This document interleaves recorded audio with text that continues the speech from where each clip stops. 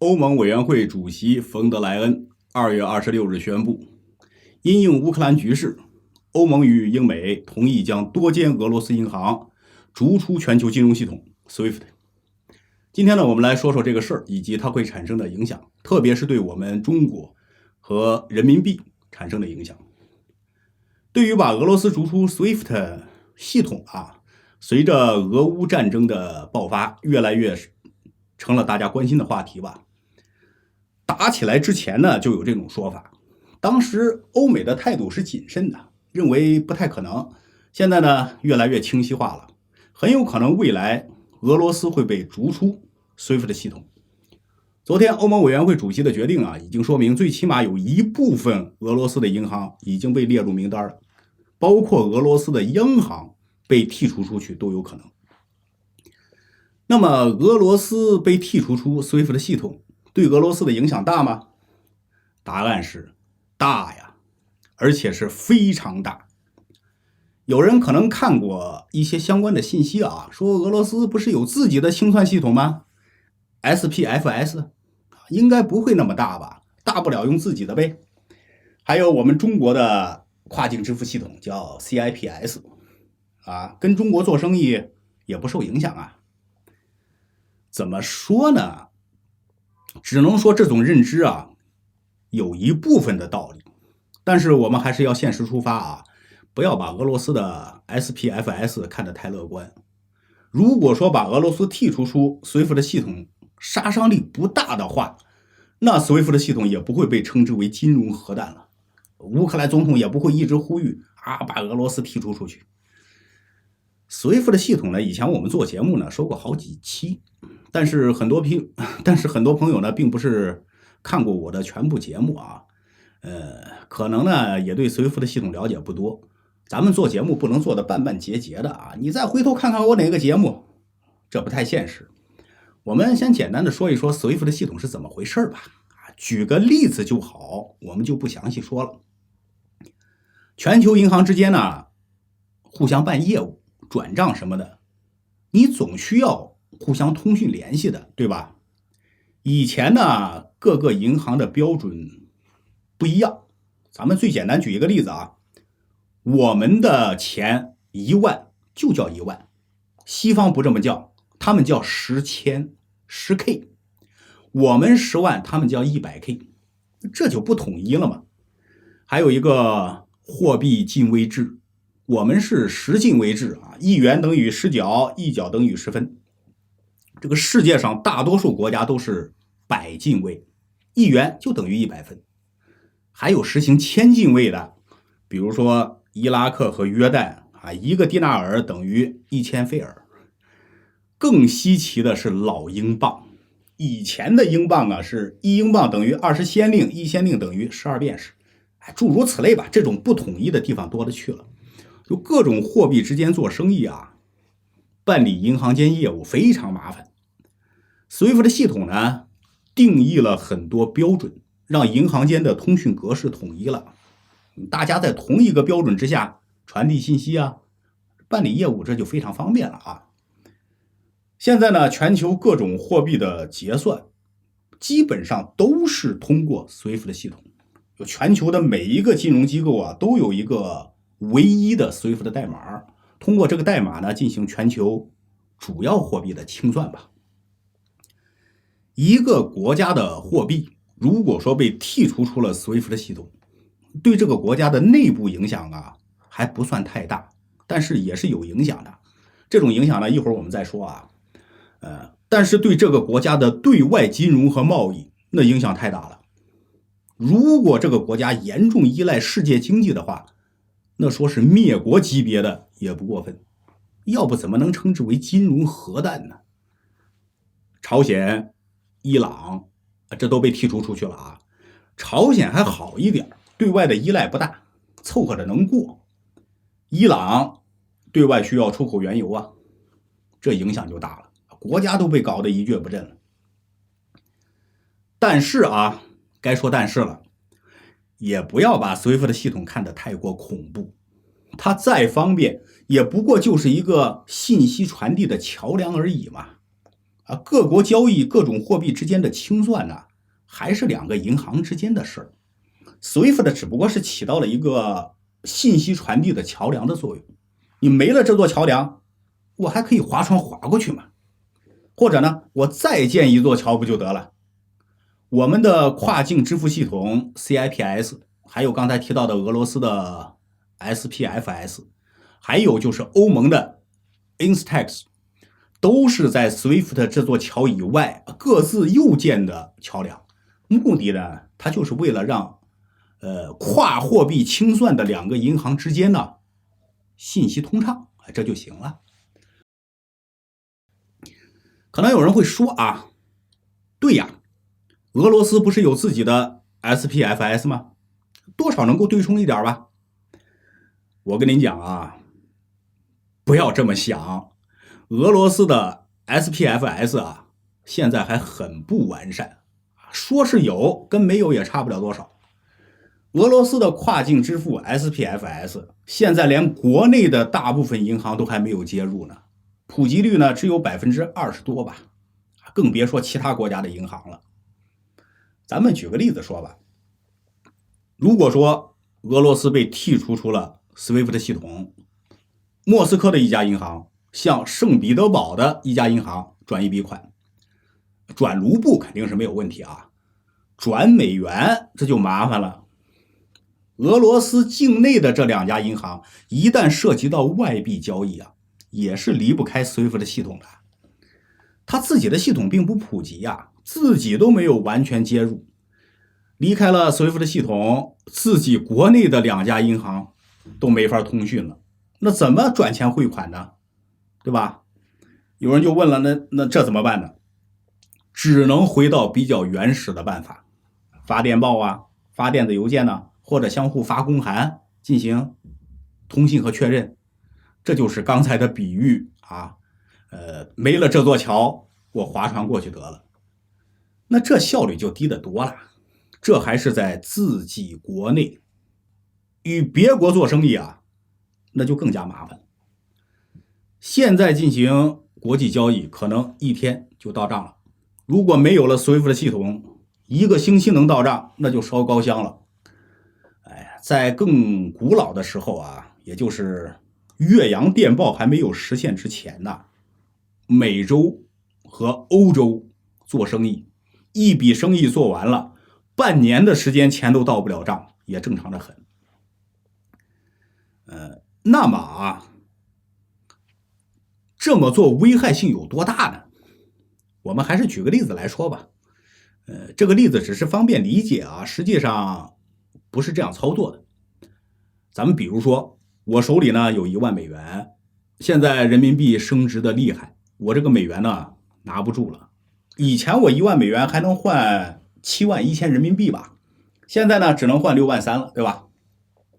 突然我听说人民币又要剧烈升值了，哎呦，吓得我呀，赶快把手里的美元换成人民币了。这叫结汇啊。我们都知道现在结汇是很方便的，你在手机银行 APP 上点2下就行了，1秒钟的时间这就结汇完成了。为什么会这么快呢？那是因为跨境支付清算系统啊，使得信息非常的通畅。我们国内不管是用 SWIFT 还是用自己的 CIPS， 这个信息啊都是很通畅的。如果说没有了这样通畅的桥梁，那就麻烦了。再比如说吧，现在卢布对美元贬值的很厉害啊，我人在莫斯科，手里的卢布想要换成美元，哎呀，别说1秒钟了，3天我也没换成。为什么呢？俄罗斯的央行和商业银行之间的通讯都不通畅了，过程不仅麻烦呢，还费时间。本来呢，我手里的卢布，如果说及时兑换还能换1万美元，3、4天之后好不容易换回来了，只能换8000了。那我平白无故损失了2000美元呢，那我对卢布就更没有信心了嘛。这只是个例子啊，方便我们理解。实际上干预汇率的手段呢是很多的，不光是商业银行买卖这么简单。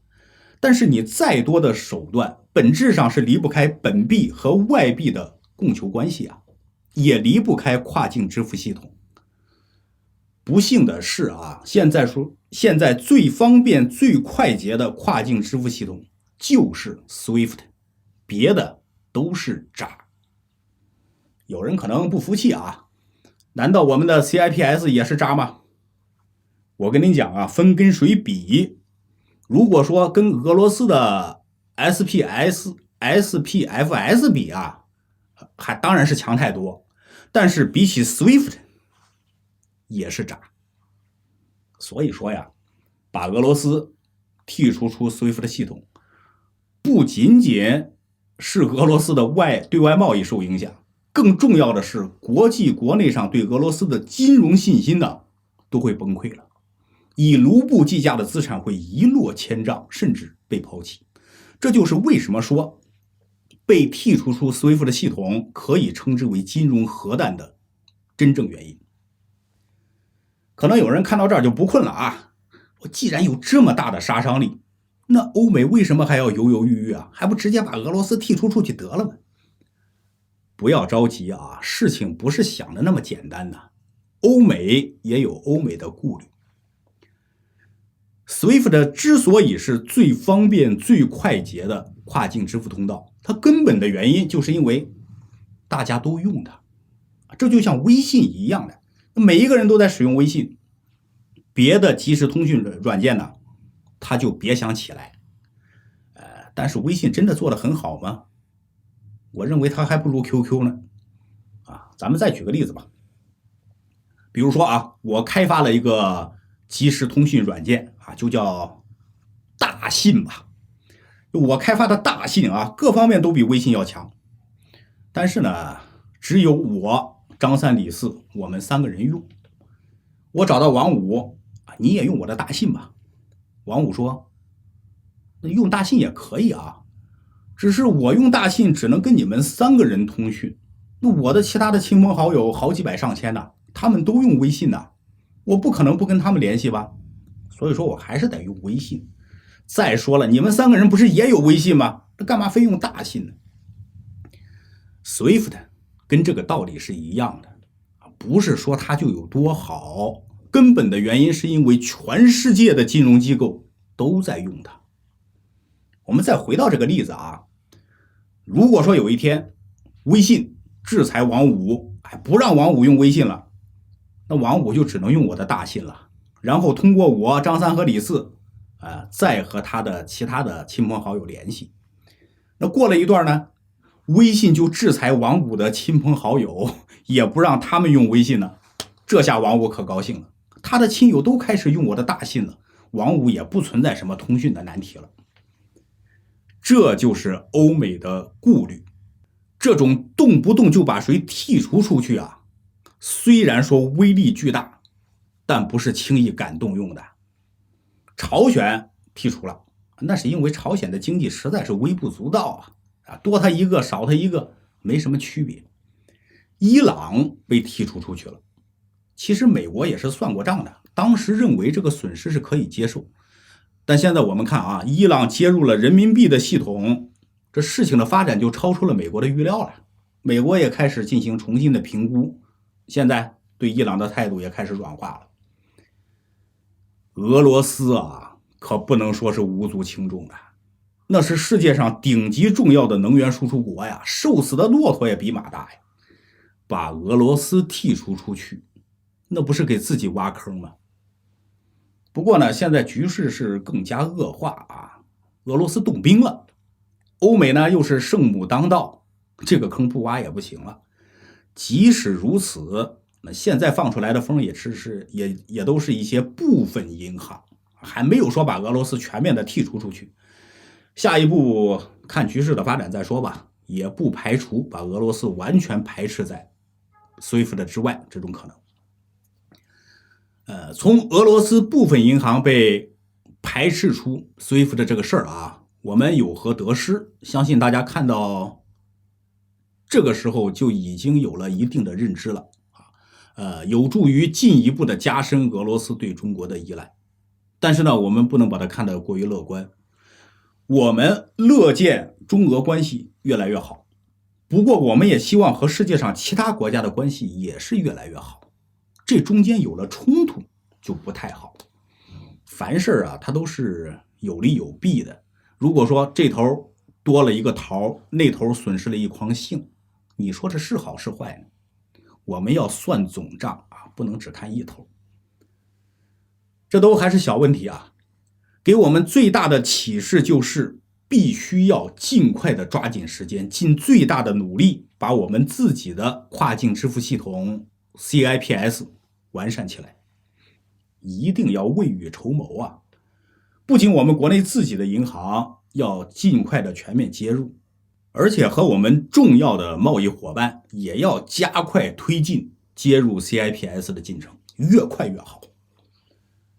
CIPS 虽然现在相比于 SWIFT 来说，它还是个渣，但是一旦到了关键的时刻，这个渣能起到大作用的。